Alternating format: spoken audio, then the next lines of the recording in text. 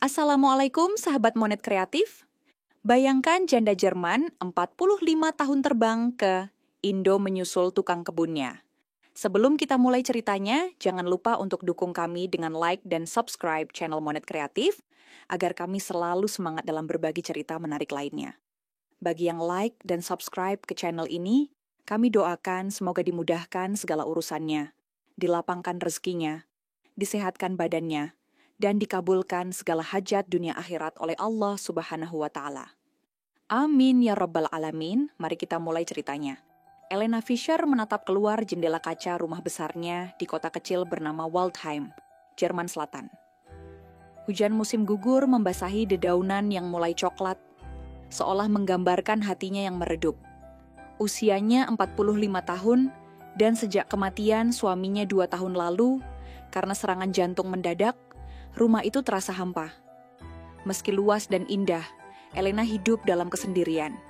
Hanya ditemani seekor kucing anggora tua bernama Milo dan suara jam antik di ruang makan. Di masa itu, satu-satunya sosok yang membawa sedikit warna dalam hari-harinya adalah seorang pemuda tukang kebun asal Indonesia bernama Bayu Pratama. Ia bekerja selama hampir setahun di kebun belakang rumah Elena. Dengan logat asing yang kental namun senyum hangat, serta tangan cekatan, Bayu membawa nuansa berbeda di lingkungan Elena yang kaku dan tertutup. Ia bukan hanya tukang kebun, tapi juga teman bicara yang sederhana dan tulus. Elena yang terbiasa dengan percakapan formal dalam bahasa Jerman dan Inggris, justru menemukan kedamaian dalam obrolan patah-patah mereka tentang bunga, makanan Indonesia, dan kampung halaman Bayu di Jawa Timur. Bayu kerap bercerita tentang ibunya yang menjanda sejak ia kecil, sawah di belakang rumahnya, dan suara azan yang membangunkan pagi. Meski perbedaan usia dan latar belakang mereka jauh, Elena merasakan sesuatu yang tak bisa dijelaskan. Bukan cinta dalam arti romantis seperti di film-film, melainkan rasa nyaman yang asing. Bayu tak pernah mencoba mendekat secara berlebihan. Sikap hormat dan batas yang dijaganya justru membuat Elena diam-diam menghargainya lebih dalam. Namun hari itu, Elena menerima kabar bahwa visa kerja Bayu tak bisa diperpanjang. Ia harus pulang ke Indonesia dalam seminggu. Tak ada air mata, hanya senyum lemah saat Bayu menyampaikan itu. "Terima kasih untuk semua kebaikanmu, Frau Fischer." Elena mengangguk pelan, menyembunyikan kegelisahan yang baru ia sadari setelah kabar itu datang. Ia tak tahu bahwa kepergian Bayu akan menjadi titik balik dalam hidupnya. Di dalam hatinya, sesuatu mulai tumbuh, sesuatu yang akan membawanya menembus jarak ribuan kilometer ke negeri yang belum pernah ia pijak, Indonesia. Hari-hari menjelang kepulangan, Bayu seperti dihitung mundur oleh Elena dengan rasa berat yang tak bisa ia cerna. Ia mencoba mengalihkan perhatian dengan membaca, berjalan-jalan ke pasar, bahkan mengatur ulang tata letak ruang tamu. Tapi semua itu hanya menyisakan kehampaan. Tak ada lagi suara sekop yang menyentuh tanah basah, atau tawa pelan Bayu saat menemukan kumbang bersembunyi di balik pot mawar. Elena bahkan mulai menyadari bahwa dirinya sering berdiri terlalu lama di jendela dapur, hanya untuk melihat sosok Bayu yang tengah menyapu daun-daun gugur. Ia tahu perasaannya berubah, bukan sekadar rasa simpati atau kesepian, melainkan kekaguman yang tumbuh perlahan. Tetapi apa yang bisa ia lakukan? Ia adalah seorang janda Jerman berusia 45 tahun, dan Bayu hanyalah seorang pemuda dari negara yang bahkan belum pernah ia kunjungi. Hari terakhir Bayu bekerja, langit Waldheim murung menggambarkan suasana hati Elena. Di ruang tamu, Bayu berdiri kikuk, membawa tas lusuh yang seolah menjadi bagian dari dirinya. "Saya akan merindukan bunga-bunga di sini," katanya dengan nada pelan. Elena tersenyum, tapi suaranya serak. "Dan saya akan merindukan seseorang yang merawatnya dengan sepenuh hati."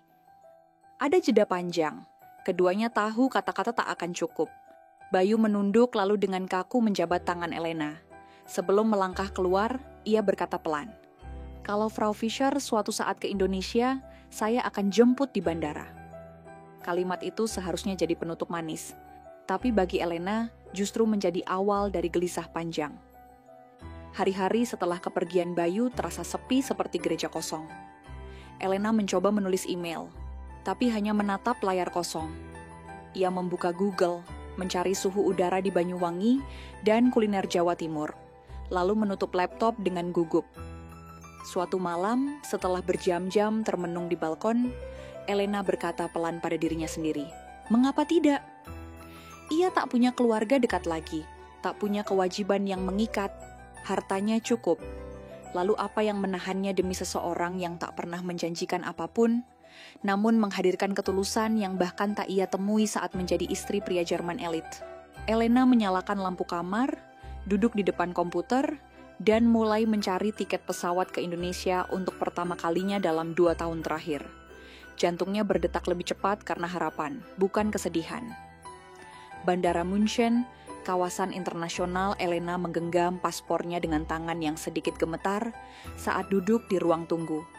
Ia mengenakan jaket coklat tua, scarf rajut milik almarhum suaminya, dan tas kulit sederhana di pangkuannya. Di sekelilingnya, orang-orang berlalu lalang dengan tujuan masing-masing. Sementara ia sendiri masih nyaris tak percaya dengan langkah besar yang sedang ia ambil. Ia telah membeli tiket ke Banyuwangi, Indonesia, tanpa memberitahu siapapun. Karena memang tak ada yang perlu diberitahu. Sejak menjadi janda, Elena semakin terasing dari kerabat dan teman-teman lamanya yang sibuk dengan keluarga mereka sendiri. Ia memesan hotel kecil untuk seminggu pertama, menyewa jasa pemandu bahasa Indonesia secara daring, dan mencoba menghafal kalimat sederhana. "Saya ingin ke desa." Perjalanan panjang itu menjadi pengalaman pertama Elena keluar dari zona nyaman. Ia tak terbiasa dengan makanan pedas, bau keringat yang bercampur parfum murah di dalam pesawat ekonomi, atau petugas imigrasi yang tak terlalu ramah. Tapi ia tetap tenang, karena satu hal yang membakar semangatnya: kemungkinan untuk bertemu kembali dengan Bayu. Saat tiba di Bandara Juanda, Elena disambut oleh hawa panas lembab yang membuat napasnya sedikit berat. Ia menatap sekeliling mencari wajah familiar. Tapi Bayu tidak ada di sana, tentu saja ia tak pernah memberitahu. Selama 2 hari pertama, Elena tinggal di hotel kecil di kawasan Gubeng. Ia menghabiskan waktu menjelajahi kota, mencicipi makanan yang membuat lidahnya bergetar, dan mendengarkan suara azan yang menggema dari masjid-masjid.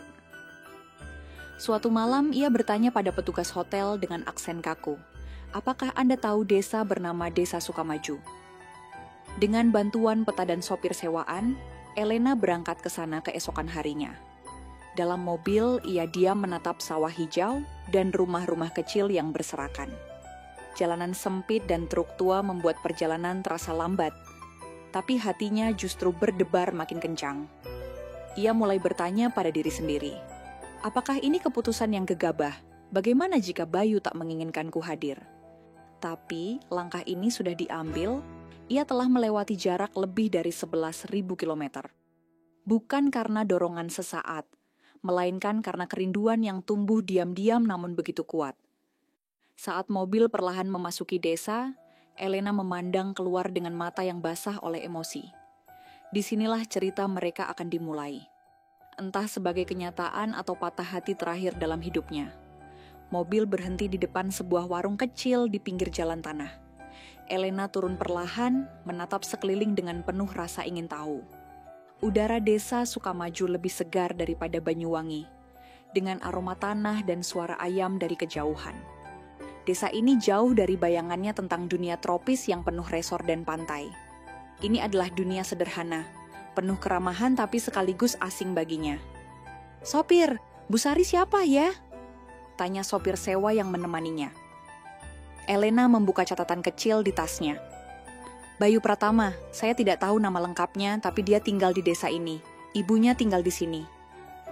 Mereka mulai bertanya ke penduduk sekitar. Beberapa warga bingung melihat perempuan asing berbicara patah-patah dalam bahasa Indonesia, tapi tak sedikit pula yang tersenyum dan mencoba membantu. Setelah hampir 2 jam berpindah dari satu rumah ke rumah lain, akhirnya seorang ibu tua mengenali nama itu. "Oh, Bayu Pratama? Iya, anak Bu Sari. Rumahnya di seberang sawah sana, tapi dia sering keluar kota kerja serabutan," ujar sang ibu sambil menunjuk jalan kecil di antara pohon pisang. Elena mengikuti arah itu. Kakinya terasa berat bukan karena lelah, melainkan karena ketidakpastian.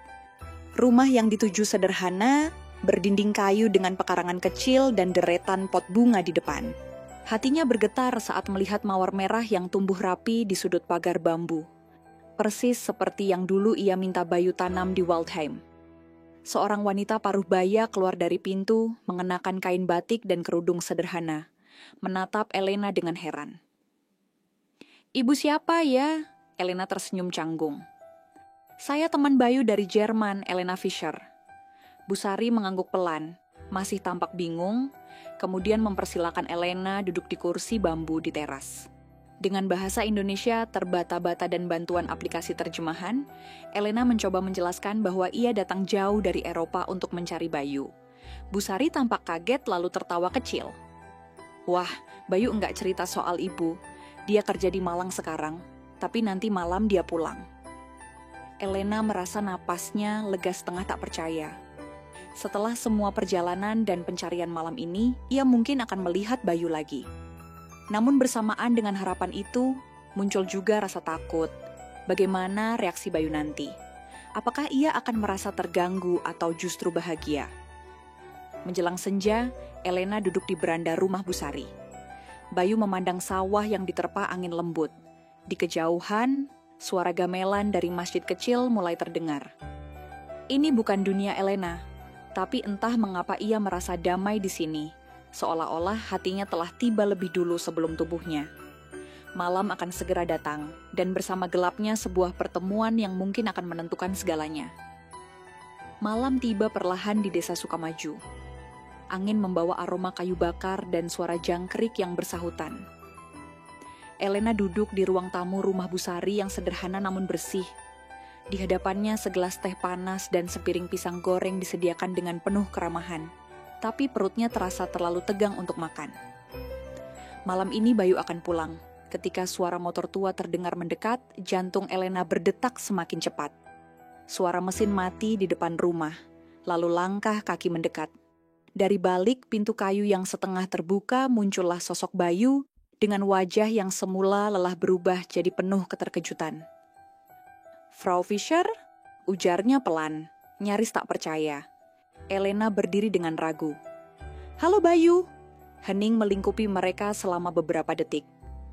Bayu menatapnya lekat-lekat seolah mencoba memastikan ini bukan mimpi, lalu tertawa kecil gugup sambil mengusap tengkuknya.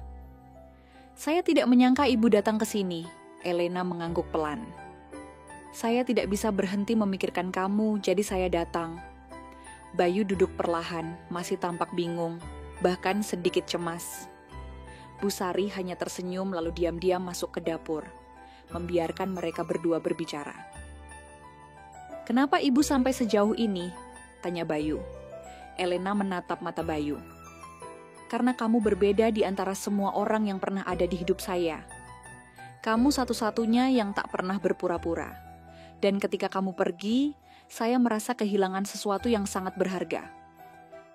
Bayu terdiam, matanya berkaca-kaca, tapi suaranya tetap tenang. "Tapi saya hanya tukang kebun, Bu. Saya tinggal di desa, saya enggak tahu apa-apa soal dunia ibu, dan saya sudah meninggalkan dunia itu." Elena lembut menjawab, "Saya datang bukan untuk melihat kamu sebagai tukang kebun, tapi sebagai seseorang yang membuat saya hidup kembali." Bayu menunduk. "Tapi bagaimana nanti orang-orang akan bicara? Ibu terlalu baik, terlalu luar biasa." Elena tersenyum pahit. "Saya sudah terlalu lama hidup untuk takut pada omongan orang." Namun di dalam hati Bayu masih ada perang yang tak mudah dipadamkan. Ia merasa rendah, tak pantas dalam budaya dan keyakinannya. Ia memikirkan ibunya, saudara-saudaranya, bahkan warga desa yang bisa mencibir. Malam itu mereka mengobrol lama di beranda. Tak ada kepastian, tak ada janji. Hanya dua hati yang berusaha mencari titik temu di antara segala perbedaan. Elena tidur di kamar tamu dengan pikiran bergejolak. Ia sudah sejauh ini, namun jalan di depannya masih panjang dan berliku. Sementara Bayu duduk seorang diri di bawah pohon mangga, menatap langit gelap. Perasaannya campur aduk. Bahagia, takut, bingung, dan tersentuh. Ia tahu hidupnya tidak akan sama lagi setelah malam ini. Pagi itu, langit desa Sukamaju diselimuti mendung tipis. Udara terasa lebih dingin dari biasanya, seolah-olah alam pun sedang menahan napas menunggu sebuah keputusan besar. Elena duduk di beranda memandang anak-anak kecil bermain di jalan tanah. Di sampingnya, secangkir kopi hitam yang tak lagi hangat. Ia telah menunggu sejak fajar, namun Bayu belum keluar dari kamarnya semalam. Mereka bicara panjang tentang masa lalu, kehidupan, dan apa yang akan terjadi jika mereka memutuskan untuk bersama. Tapi jawaban itu belum datang. Elena tahu ini bukan keputusan yang mudah bagi Bayu. Terlalu banyak hal yang harus ia pertimbangkan. Di dalam kamar, Bayu berdiri di depan cermin kecil. Matanya sembab. Ia sempat menghubungi kakaknya yang tinggal di Sidoarjo, meminta nasihat. Kakaknya hanya berkata singkat, "Kalau kamu mencintai dia, jangan biarkan gengsi merusaknya. Tapi kamu juga harus siap menanggung semua risikonya." Bayu terdiam. Ia tidak tahu mana yang lebih berat. Menyakiti Elena dengan penolakan atau menghadapi dunia dengan keberanian dan ketulusan. Akhirnya menjelang siang, Bayu keluar. Ia mengenakan baju koko putih dan celana bersih. Rambut disisir rapi. Elena bangkit berdiri. Melihatnya, Bayu mengajak, "Ayo ikut saya ke masjid." Elena terkejut. "Masjid?" Bayu tersenyum kecil. "Saya ingin kamu lihat bagian dari hidup saya yang mungkin belum pernah kamu tahu." Mereka berjalan kaki ke masjid desa yang sederhana. Sepanjang jalan, warga desa menatap mereka. Ada yang berbisik, ada yang hanya mengangguk sopan. Elena berjalan di samping Bayu, sedikit gugup, tapi juga penasaran. Setibanya di masjid, Bayu meminta izin pada pengurus untuk bicara di ruang belakang. Di sana dengan suara bergetar ia menjelaskan keinginannya. "Saya ingin menikahi ibu, tapi sebelum itu saya ingin ibu mengenal Islam. Tidak harus langsung, tapi saya ingin ibu tahu siapa saya. Bukan hanya sebagai Bayu Pratama yang dulu merawat tamannya, tapi sebagai Bayu yang hidup dengan iman dan tanggung jawab." Elena, yang mendengarkan lewat terjemahan pelan dari ponselnya, meneteskan air mata. "Saya siap mengenal keyakinanmu, Bayu, karena cinta yang tidak mengenal dan menghormati akarmu tidak pantas disebut cinta." Mereka kembali ke rumah Bu Sari menjelang sore. Bu Sari menyambut mereka dengan pelukan hangat, tak banyak bicara, hanya menatap Bayu dengan bangga dan menepuk pundaknya. "Kalau kamu yakin, Ibu Ridho." Sore itu, di tengah langit yang mulai cerah, Elena dan Bayu duduk berdampingan di bawah pohon mangga. Tak ada pelukan mesra atau ciuman seperti kisah cinta barat. Tapi ada keheningan indah yang menyatukan dua hati yang telah melewati batas usia, budaya, dan jarak. Bayu menatap Elena. "Kalau kamu tetap ingin tinggal, kita mulai semuanya dari awal. Tapi kali ini kita hadapi dunia bersama." Elena menggenggam tangannya erat. "Saya tidak terbang sejauh ini hanya untuk ragu." 2 bulan telah berlalu sejak hari itu. Di bawah pohon mangga, kehidupan Elena berubah. Bukan menjadi lebih mewah, tapi menjadi lebih bermakna. Ia kini tinggal di rumah kecil milik Bayu bersama Bu Sari.